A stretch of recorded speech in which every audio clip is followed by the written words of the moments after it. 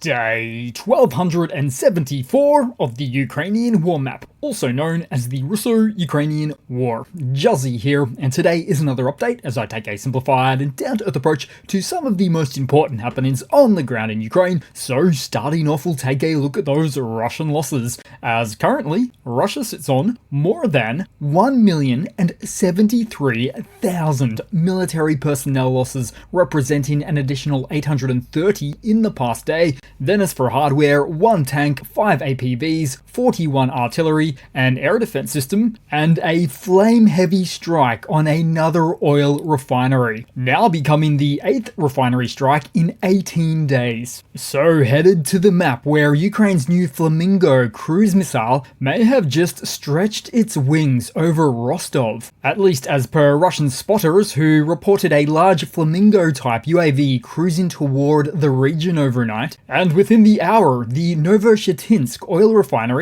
Rostov's only operating refinery, was riddled with flames. Nearby residents heard at least 5 explosions before the fire took hold, torching one of the facility's main processing unit. Moscow's official line in response? A vague statement about a fire at one of the industrial enterprises, no names attached, but the images and video of towering flames show the continuation of their denial patterns, which can be quite the irony, because the Kremlin, for instance, calls Western supplied missiles an escalation, but when it's Ukrainian-built hardware doing the damage, suddenly nothing happened, or it was an event of no consequence, with the Russian narrative that performs what is effectively a 180 backflip on most of these occasions, denying damage or destruction to such strategic assets. And this is all done to likely avoid conceding that Ukraine possesses the technical capacity for such precision, an admission that would undermine the Kremlin's portrayal of Ukraine as anything less than a near-peer adversary. All the while, across a host of metrics, Ukraine is vaulting past Russia, striking well beyond near-peer territory. Now, further to this event, it also goes a long way to show the psychological impact of Ukraine operating a new weapons platform like that of the Flamingo, which is almost as important as any physical damage itself, because now we see Russian telegrammers sidelining their paranoia for Ukraine's Neptune missile for the newly arrived tail-wadding pink bird instead. But then next on the map, where the fires at Russia's refineries aren't just scars on the skyline, because there's now more signs that they're bleeding straight into the pumps. In Primorsky Krai, in Russia's Far East, drivers wait in queues that snake for hours. Across Crimea and Kuban, 95 octane has vanished from circulation. In Transbaikal, the Far East has also seen troubles, rolling back to coupons, a Soviet-era rationing tool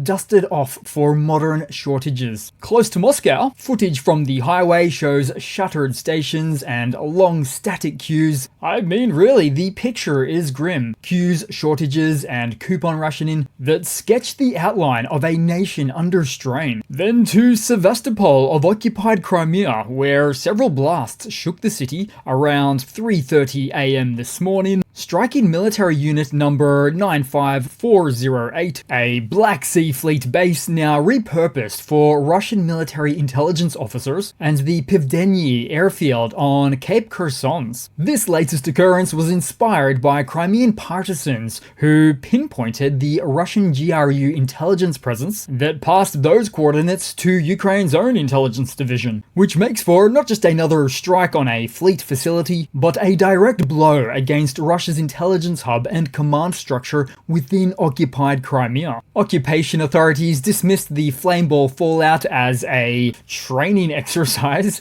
but locals openly mocked the line. That's right, a 3:30 a.m. large fire at the premises, just a middle-of-the-night Russian exercise, which is a perfectly useless excuse amid the backdrop of nothing less than 2 countries at war. Then, and also to be found in Crimea, Ukrainian Special Operations Russia's forces have destroyed an echelon with fuel at the railway in occupied Jankoy, coming later this morning, and it's a case of where we're really seeing some consistency coming out of the aerial strikes performed by the armed forces of Ukraine right now. And where that consistency continued is where we head back up on the map, as Ukraine's drone campaign cut deeper into the Russian logistics grid last night, this time in the Voronezh region. The target, the Zaravka traction substation, a 35 kilovolt facility that powers the regional railway operations. The strike knocked the substation offline, cutting electricity to nearby villages and delaying trains across the region. Of course, this wasn't just about blackouts. By hitting a traction substation, Ukraine directly disrupts power supply and railway mobility, a dual blow that strains Russia's transport arteries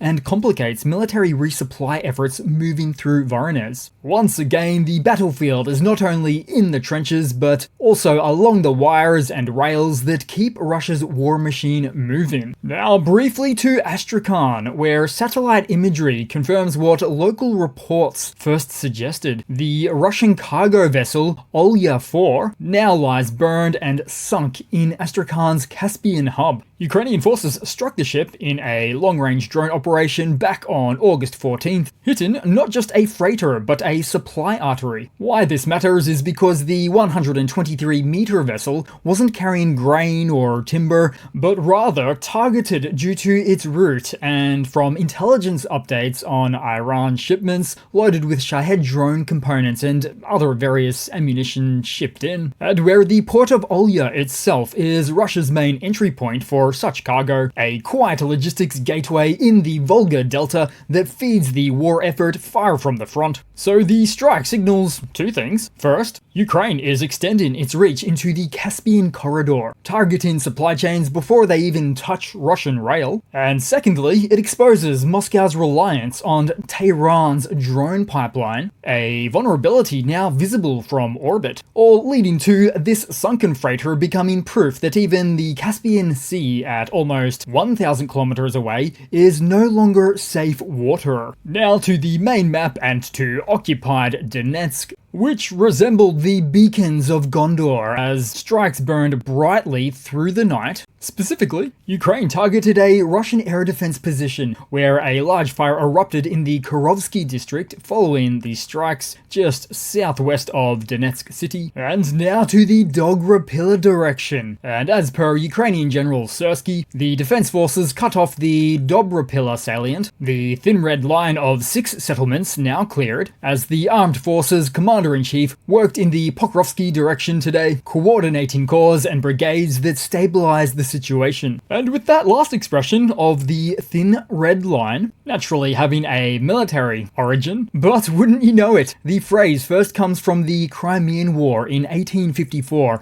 at the Battle of Balaclava, where a small British infantry regiment held off a much larger Russian cavalry charge by forming a 2-rank firing line, which then became a symbol of disciplined resistance against overwhelming odds. Now to the further south of the map, with an unexpected to and fro of activity seen here, because while Russian invasion forces captured Novorivka by the border of eastern Dnipropetrovsk, Ukrainian forces liberated key ground at Tolstoy to the north, looking to wrap the noose around Russia's most forward positions here. And though the map tends to indicate that the AFU has more work cut out for them to add to putting the squeeze on, it's also a case of zero supply lines for this part of the map for the invading forces, being a part of the map that's severed by river right around here. In fact, this latest update would put Ukraine about half a kilometer from that river, and where their successes to this point could be attributed to, in part, the lack of supply routes for the invading forces in the first place. Then also on the map, Ukraine's drones have taken another bite out of Russia's defenses, as the 27th Peshchersk Brigade of the National Guard struck and destroyed a Russian S-300V surface-to-air missile system in the Zaporizhia sector, which means means that the strike, carried out by the brigade's Lazar Group night bomber UAVs, removed one of Moscow's key long-range air defense assets, as the S-300V isn't a cheap radar truck, rather it's a system built to protect Russian forces from aircraft, drones and ballistic missiles at ranges of up to 400 kilometers, putting this radar platform into the long-range category. Essentially, its loss leaves gaps in the layered shield Russia has tried to build over its front line and pre-existing supply routes. And so as for Ukraine, that means more freedom of movement in the skies above Zaporizhia and fresh vulnerabilities to exploit in the battles to come, after further blinding Russia. Then looking around the map and to somewhere unspecified at the front, with an upfront question here: do you love artillery? Do you love drones? Then boy, do we have something for you today, folks. A whoppingly large Ukrainian quadcopter drone with a 155mm artillery shell. We already knew that these existed, but we didn't see how absolutely mammoth these drones were. There's no doubt they need to be big enough to support a 44 kilo or about 90 pound gold standard NATO artillery shell, which as a result of these images also puts the 155mm caliber size in good context, alongside the quadcopter with a cross wingspan taller than a Ukrainian soldier. Now to the news, where the Kremlin is keeping its stall tactics in full view. Russian Foreign Minister Sergei Lavrov said Moscow was prepared to raise the level of delegations in negotiations with Ukraine, but stressed this did not mean President Putin was ready to meet with President Zelensky, and only dangling the prospect of a Putin-Zelensky meeting once key issues, quote-unquote, are settled. Likely a bar designed to keep the handshake forever on the horizon. And the bigger play is clearer. Russia is now pushing for any future peace deal to be shackled to the 2022 Istanbul framework, which would give Moscow and its allies veto power over Western security guarantees for Ukraine. Such terms would effectively neuter Kyiv's ability to defend itself, barring binding security deals and restricting military aid, leaving Ukraine exposed to the next invasion on Russia's calendar. So although Russia's foreign minister has wrapped up this latest update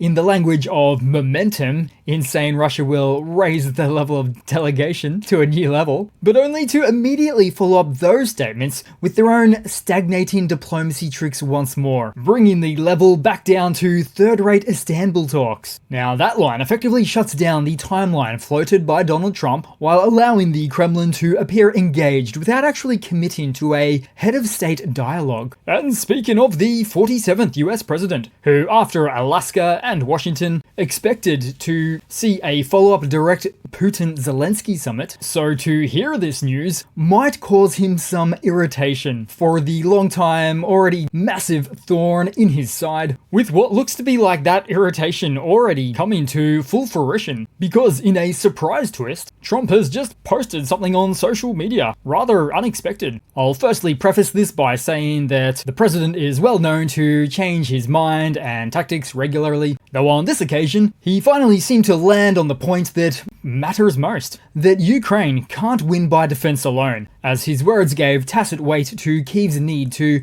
not just block Russian blows, but to strike back, offensive as well as defensive. So it's a post that likely comes out of Putin giving the US administration the runaround once again, as part of this carrot on the stick and donkey equation, promising an end to the war, but never quite acting on it. Then to an interesting bite of hardware news, as Ukraine is testing one of the toughest tricks in drone warfare, making FPVs link together in a mesh network that resists electronic warfare jamming. With new compact modems, every drone can act as both operator and repeater, passing signals across the swarm instead of relying on a single fragile link. That makes the system far tougher to jam. The more drones in the air, the stronger the web becomes. Ukrainian firm Chimera is already building radios that act as repeaters and even disposable drone drop units that can keep cover coverage alive for 2 days. We've seen all that before, and now we see this new design innovating on top of the old. Operators connected to one drone could instantly hop control to another, extending their reach far beyond traditional limits. If Ukraine can scale this, it transforms FPVs from isolated weapons into a resilient communications grid, a battlefield web that could punch straight through Russia's electronic warfare in ways not seen and implemented before. These concepts echoes US military experiments from over a decade ago where mesh comms were tested to carry out signals from caves back into the open air, and now with the difference here being that Ukraine is taking the lab idea and becoming quite intent on deploying it as battlefield ready, leading to a jam-proof, endlessly extendable swarm network that would push Ukraine's drone warfare beyond just the tactical edge into something resembling a self-healing communications grid. And beyond that, think of it like a jam-proof fiber optic drone, but without the wired limitations, and entering the battlefield en masse. Pair it with artificial intelligence, and it gives new meaning to the phrase drone swarm, or the very image we've all been carrying in our heads about drone swarms all along. So that's it for today, guys. Thanks again for watching. Please continue to like, comment. Thanks once again for all of the support, and I do hope to see all of you guys there in the next one. Cheers!